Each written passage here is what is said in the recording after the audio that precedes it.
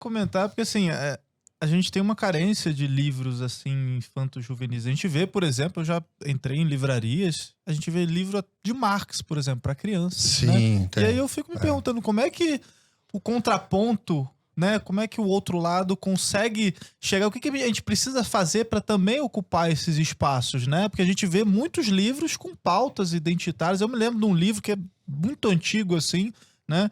Já comprei, inclusive, para minha filha. Assim, ela não tá ela tem 1 ano e 5 meses, assim, né?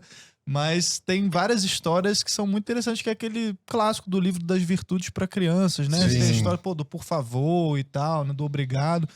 Então, o que a gente precisa fazer, cara, para realmente ocupar esses espaços, assim, né? Porque, ó, é um livro que fala sobre virtudes, né? Aldeli, não precisa escrever mais. Ó, tá vendo? Eu lancei um outro, que é de um documentário, foi um curta-metragem, acho que tem de Brasília também, não tenho certeza. Que é o original, tá até na internet. Os pais quiserem assistir. É A Fábula da Corrupção. Que é eu chamei, na hora de transpor para livro, eu coloquei O Ratinho Trapaceiro. Porque mostra a coisa da economia e da fazenda. E com uma história infantil, em que tá todo mundo funciona muito bem, até que um ratinho chega lá e decide assim, não, vamos roubar comida aqui. Aí ele começa a fazer negociata com o cachorro, depois o cachorro quer mais comida do que poderia, até que a fazenda vai à falência e todos os animais precisam ir embora ou se virar, né? E o burro é quem ajuda, né? Porque ninguém contava para o dono da fazenda o que estava acontecendo, mas estava havendo um rato que estabeleceu um sistema de corrupção.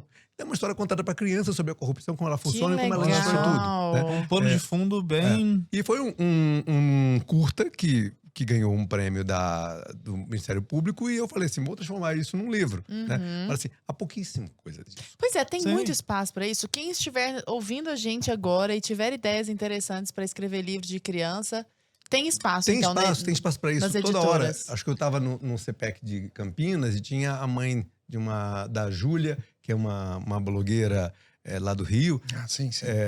Júlia Castro, Sim. que aí ela está escrevendo um livro para criança sobre a questão de menino e menina, livros, né, contando o que há diferenças, né? Então, assim, há espaço para já essas vai ser coisas. cancelado, só pelo temática aí. Há espaço. Não, mas eu falei para ela assim, procure uma editora que perceba isso, escolas que percebam isso, porque são livros muito mais educativos, né? Não são livros assim de livraria. Existem essas diferenças assim que só a gente do mercado entende. Mas que precisa acontecer, né? Porque isso, você falou aí, existe Max para crianças.